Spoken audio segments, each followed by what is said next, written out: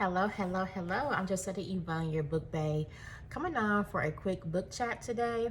I hope this video finds you well. So to kick off Summerween, I picked up the book Miss Mary Mack. This book was recommended to me by Nike.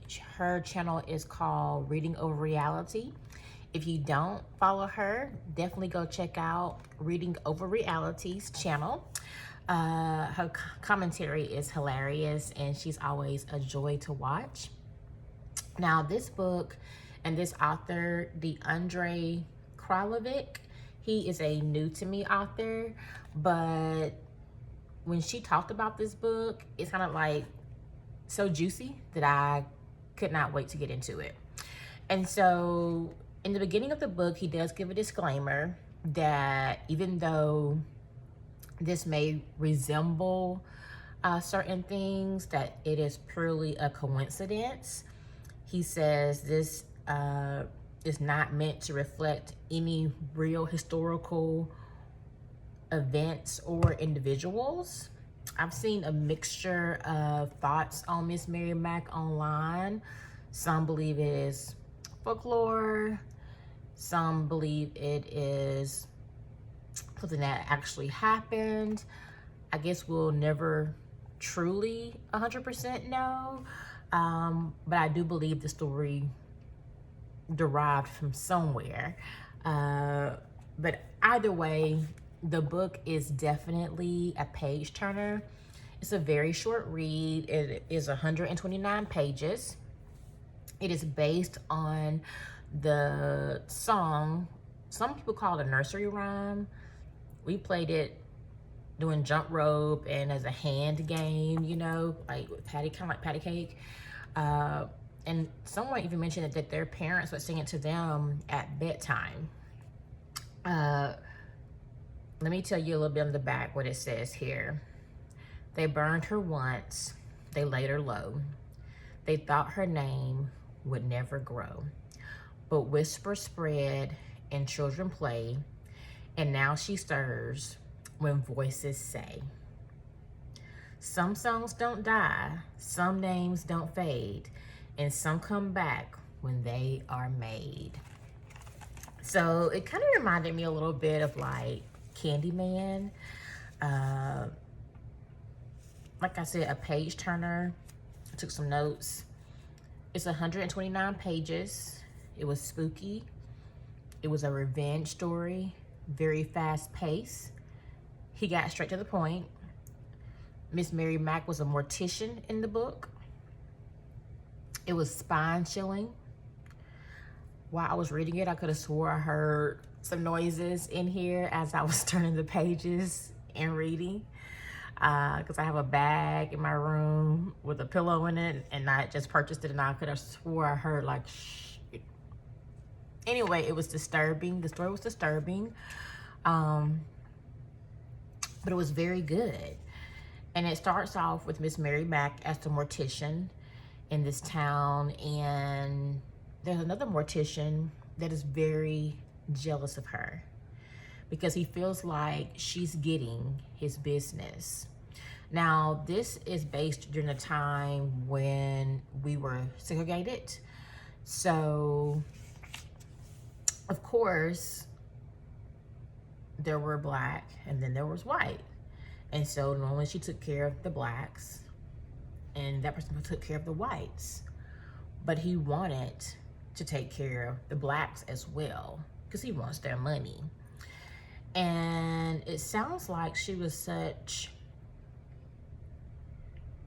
a perfectionist as a mortician that the people that she took care of were so beautiful and lifelike, and you can tell she did it with love. And him, he was just in the business of doing it for money. But from there, the story unfolds. The jealousy. So yes, if you're looking for a fast-paced horror that's gonna keep you on your toes, never boring, then check this out. The next book I just read, also a new to me author, is Bookmarked by Bella J. I read this on my Kindle. This is the cover.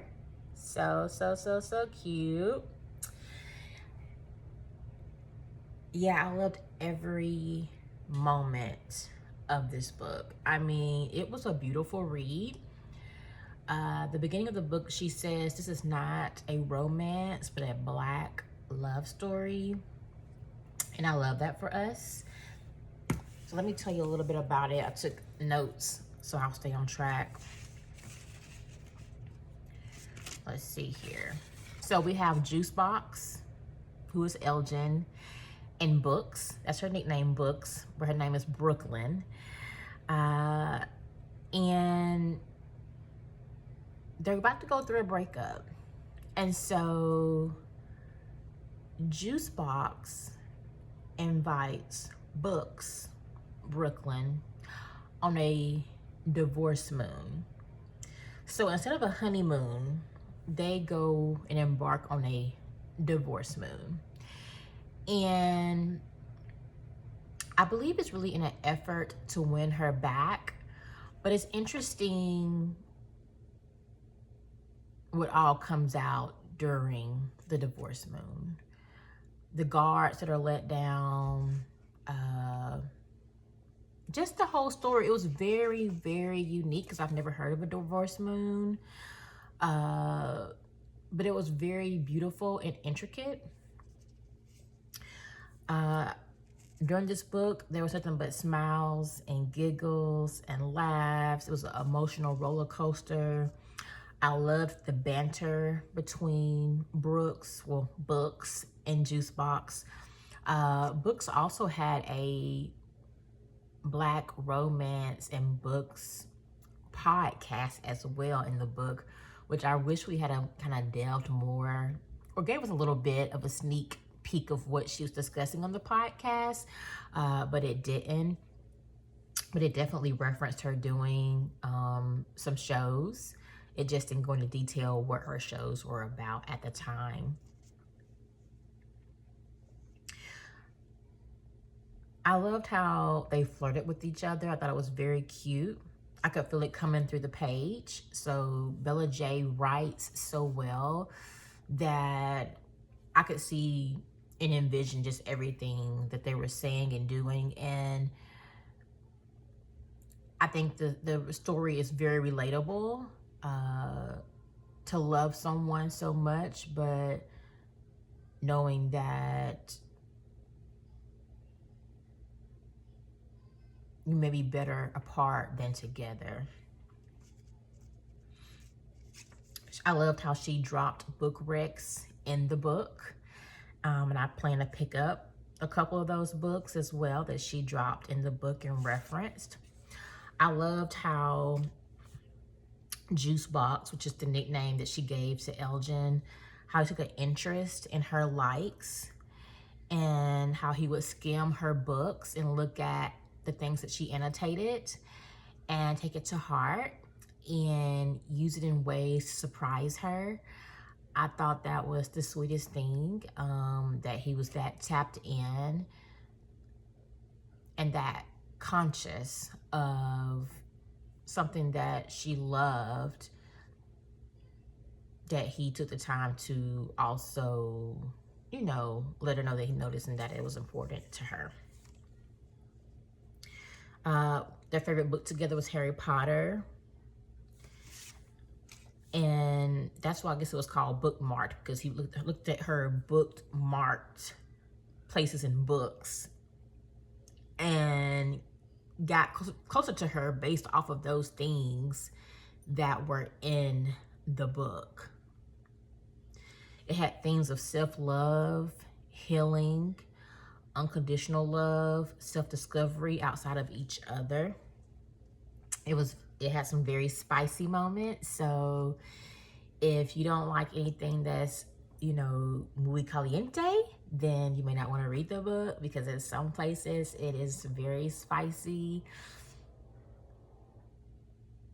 But it'll make you smile, because he's does it in such a loving way. They're both very, very loving and affectionate to one another. Um, but yeah, it was very beautiful. There's definitely highs, lows, valleys, and it's a story that's going to take you through there. It's unique, it's unconventional. I love that she had a great support system, a great friend group. Uh, and yeah, I love that they both were successful in their own right, outside of each other as well. So yes, if you're looking for a Black love story to dive into, then this may definitely be the book for you to pick up. It is unconventional, but it is such a beautiful, beautiful, beautiful, beautiful love story that I would highly recommend it because I think it is so relatable. So relatable. And I think many of us have experienced this at one point in time and another.